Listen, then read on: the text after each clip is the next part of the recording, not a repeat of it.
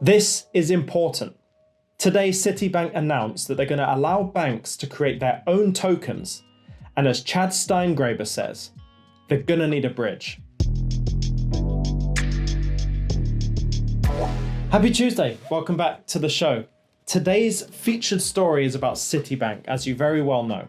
But there's so many more intricate details that I want to get into in today's video. We're going to talk about the RLN. We're going to talk about trade finance, ISO 20022, FedNow, XRP, Ethereum, and how all of that intertwines to a very unique date that's been floating around, November the 29th of this year.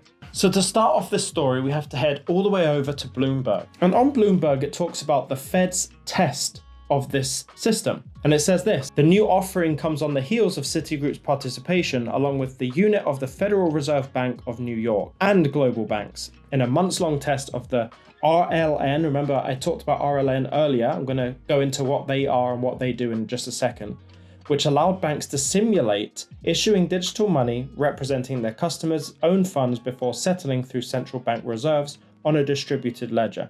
The test proved to the Fed that these so-called digital dollars have the ability to improve wholesale payments, and that the use of the ledger didn't alter the legal treatment of the deposits. And if you go over to the RLN website, and you can actually see what RLN do, they are very influential in all of this. They are literally the regulated liability network. They provide a regulated framework for these systems to operate, and they come from the highest authority in this. But as they put it on the website, they are the Regulated Liability Network. RLN is a contribution to the global debate on the future of money offered by a group of industry participants. It explores the technical, legal, and business characteristics necessary to provide on-chain 24/7 programmable final settlement in sovereign currencies consistent of the liabilities of both public and private regulated financial institutions. These activities could enable a more functionally rich financial system that is compliant with all existing laws and regulations. So there's lots of words in there that we understand, being XRP investors, right? We understand that 24/7 programmable money, that says a lot, right? There's only really a few that can do that. And especially on the institutional level, it really starts to narrow it down even further. But I'm not going to jump to conclusions yet. We're going to get there. So we know that the RLN were involved. And we also know, and we can kind of put two and two together here, there was something released a few months ago called FedNow. We made a big deal of that at the time because the anticipation is via the partners, FedNow would actually eventually use XRP for their cross-border payments.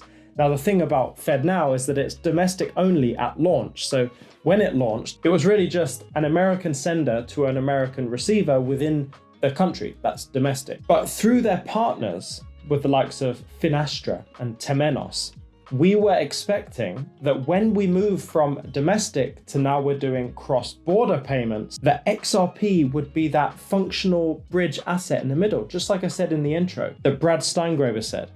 There needs to be a bridge. And so while they don't explicitly tell us, all of the words, all of the terminology points us towards FedNow being the facilitator of these payments for Citigroup. So one thing to clarify here is that these Citibank tokenized deposits, which is essentially what they are, basically are allowing two different banks to create their own tokens and exchange value between them. Now, what most people aren't talking about is that this really it is cross-border. I will say it's cross-border. It goes from country to country, these tokenized deposit settlements. But what people aren't saying is that it is really only wholesale payments, institutional level payments, between different branches of Citibank. We're not talking about Citibank to a whole nother bank across border. We're talking about Citibank to Citibank cross-border. So essentially my big question here was, well, just like how there were instant payments in the US since 2017 without blockchain, why would this actually even require blockchain in the first place? And there's plenty of clues to tell us why blockchain is what they're going to use. I'm going to run through a few of those right now. The first thing is, well, the statement explicitly says that they're going to use blockchain technology for this. Is quite simple. But they also make mention of the words like smart contracts, private and permission blockchain, tokenization.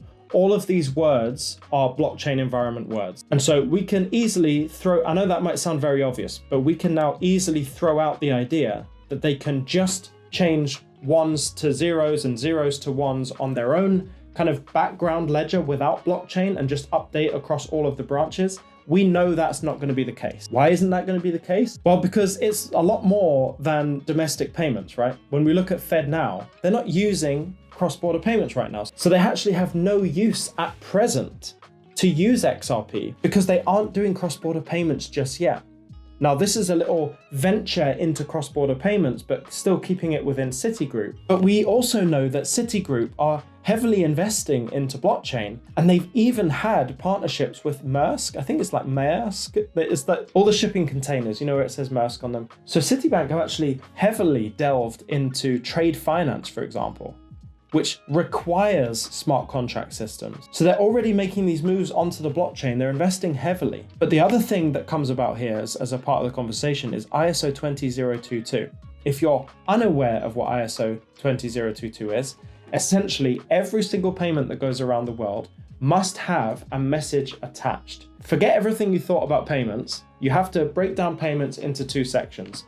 One is the messaging section. The other one is the value section. So if I want to send you $10 across border, wherever I want to send it, as I click the button to send, what happens is a message goes just before to inform your bank that I'm about to send $10. Is that okay? And everyone verifies and says, yeah, thumbs up, thumbs up. Then the value is transferred. There's then a message that comes back to your bank to say we successfully delivered it and thank you and whatever they say. I don't know if they do small talk. But this messaging standard is the way that these messages are formed. ISO 20022 is a more data-rich type of message, meaning you can put more information in there to get extra clarity and actually be able to function even better and be able to do more using these payments and get better data on all of that stuff. Certainly this is my opinion and many other people share this opinion. But when we're looking at crypto assets and digital assets in this blockchain environment, and we acknowledge that the world is moving in that direction from the traditional system to this new blockchain system, which Citigroup is showing us through and through with their involvement in trade finance and now these tokenized deposits, is that any digital assets that are affiliated or structured or built on the idea of sending payments that are ISO 20022 compliant, these are likely to be the ones that have real utility in this new world. The vast majority of other assets in this digital asset space, all these cryptos, they don't necessarily have this ISO compliant standard, but there are a few that do, and I think those are the ones that are going to be highlighted throughout this video. We're talking about XRP. It pains me to say, but Ethereum, and because there was a fork of Ethereum made, that is XDC. I think these three are playing a fundamental role in the way things are going to operate in the future in this bigger ecosystem that we're talking about. XRP for these institutional grade payments, or at least the settlement of value. We're talking about Ethereum-based blockchains, not Ethereum, the token, because Ethereum, the token, is just a horrible medium of transferring value. It's a terrible payments cryptocurrency if you didn't already know. I'm sure you did. But Ethereum-based, like XDC, which is built on the idea of transmitting value via smart contracts, they are also incredibly interoperable with all the other blockchains. I think you start looking at the ecosystem we're about to see, and the fundamental element of that, the thing that they all have in common, is ISO 20022. Now, I'm sure you would love to know that Citigroup has actually been on the forefront of this migration over to ISO 20022, and they're going in accordance with, from a timeline perspective, side by side with Swift. Now, Swift is the messaging company of all the payments in the world. There are others, and there are competitors that we see in Ripple and how they could diversify into R3 and take over Swift in all of this. But just as I mentioned ISO 20022, the people who are there in force to apply these messages to payments all around the world across all of these banks is the company Swift. Now, Swift are very much affiliated with Citibank, and so you can very easily see how this all ties in together. Now, some people have speculated on the idea of the timing of all of this. You get the court case resolving, you get FedNow starting, albeit domestic only for now, but moving into cross-border. You've got the partners of FedNow that actually use or plan to be using XRP, the digital asset. XRP, the digital asset, is the perfect solution for the concept of transmitting value from bank to bank using tokenized deposits. You need something in the middle to be able to convert that nice and easy so that each bank doesn't have to hold the tokens of the other banks. It's just a silly way of doing things. This is how banks have always worked. They've worked by holding vast amounts of foreign currencies in the bank, just waiting for payments so that they can make good on the IOUs that are generated when they make these payments. I know if you're a beginner here, that might be a little bit over the head, but XRP solves the problem of liquidity. If you exhaust all of your rubles in your bank and you've got no more rubles left, you are unable now to send value to Russia as a bank. That's a problem. That's a liquidity issue. If you put an asset in the middle of all of that, and it's blockchain based, which we know this is where everything's going, and you make that asset XRP, it's incredibly fast, it's incredibly cheap. Fast and cheap are two of the biggest solutions to the problems that they have with cross-border payments right now.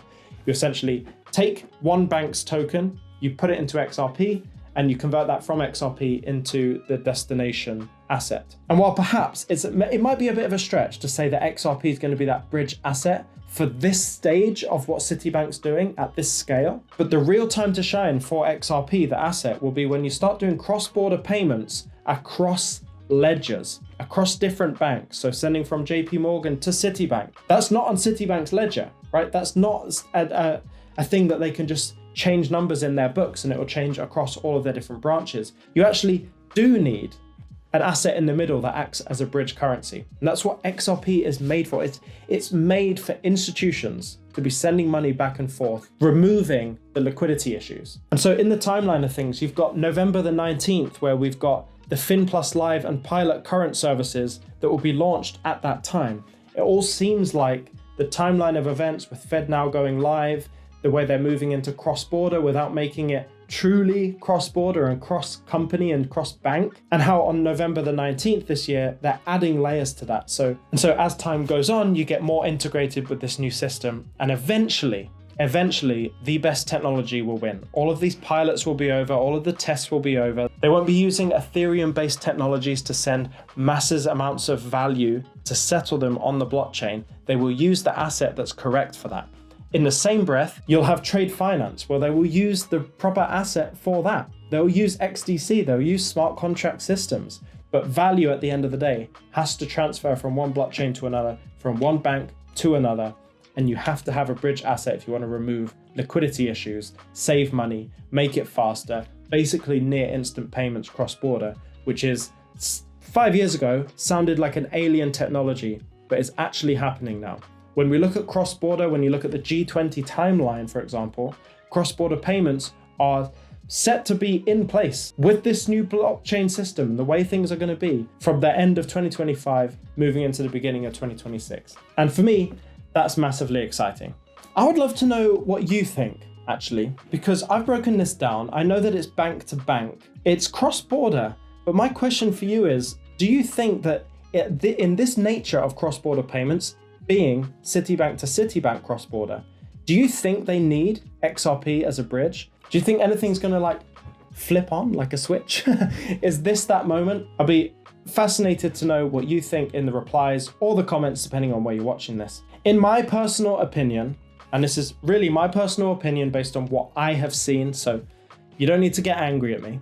I think the only chance that we have of XRP being used as this neutral bridge asset at scale is when FedNow launches their cross-border payments thing. And even then, if there are regulatory issues or there's some obstacle in the way, which there always seems to be, ultimately it comes down to the likes of Finastra, Temenos, using XRP as the asset for FedNow clients. If they don't do that, then we won't see movement in the price, right? Further than that, on-demand liquidity or using XRP to send payments or be this kind of liquidity bridge, that isn't the real game changer for XRP and XRP's price. The game changer is what everyone thinks looking around. You got all the banks around the world going, wow, look at FedNow. That's really cool. Are they using blockchain? Are they using XRP?